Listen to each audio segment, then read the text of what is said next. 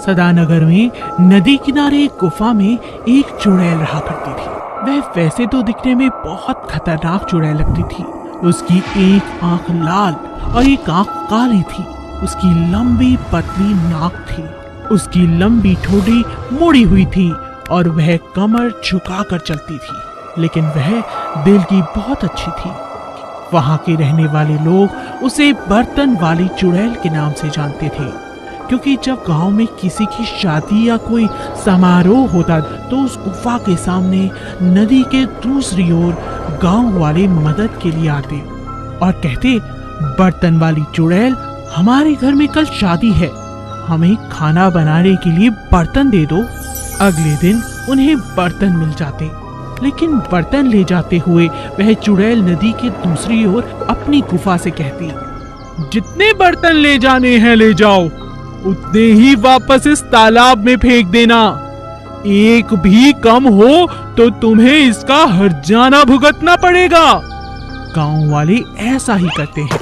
कभी कभी वह चुड़ैल अपनी झाड़ू पर उठती और गांव के ऊपर मंडराकर देखती कि सच में कोई शादी या समारोह है भी या नहीं। कई सालों तक सब कुछ ठीक ठाक चलता रहा। एक बार गांव में एक व्यक्ति ने आकर बर्तनों की दुकान खोल ली।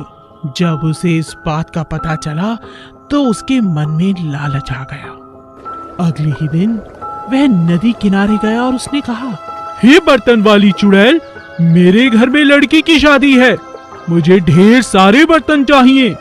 चुड़ैल तालाब किनारे बर्तन रख दिए और व्यापारी ने बर्तन शहर में ले जाकर बेच दिए। यह देखकर चुड़ैल को बहुत गुस्सा आया और वह गुस्से में गांव के ऊपर मंडराने लगी और कहने लगी, गांव वालों, तुमने मेरे साथ धोखा किया है, अब मैं तुम्हें नहीं छोड़ूंगी। आज से इस गांव में कोई खाना नहीं बनाएगा और ना ही कोई बर्तन रहेगा।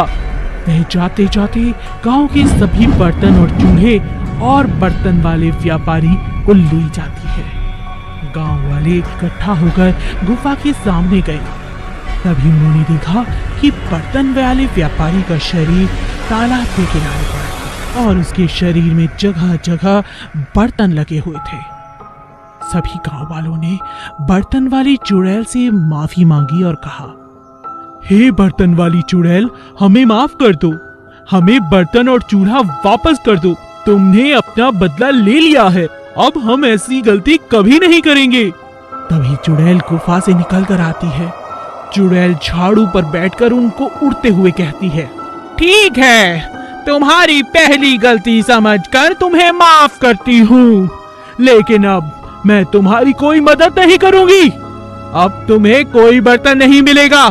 उस दिन के बाद से आज तक गांव में कोई भी बर्तन का लेन देन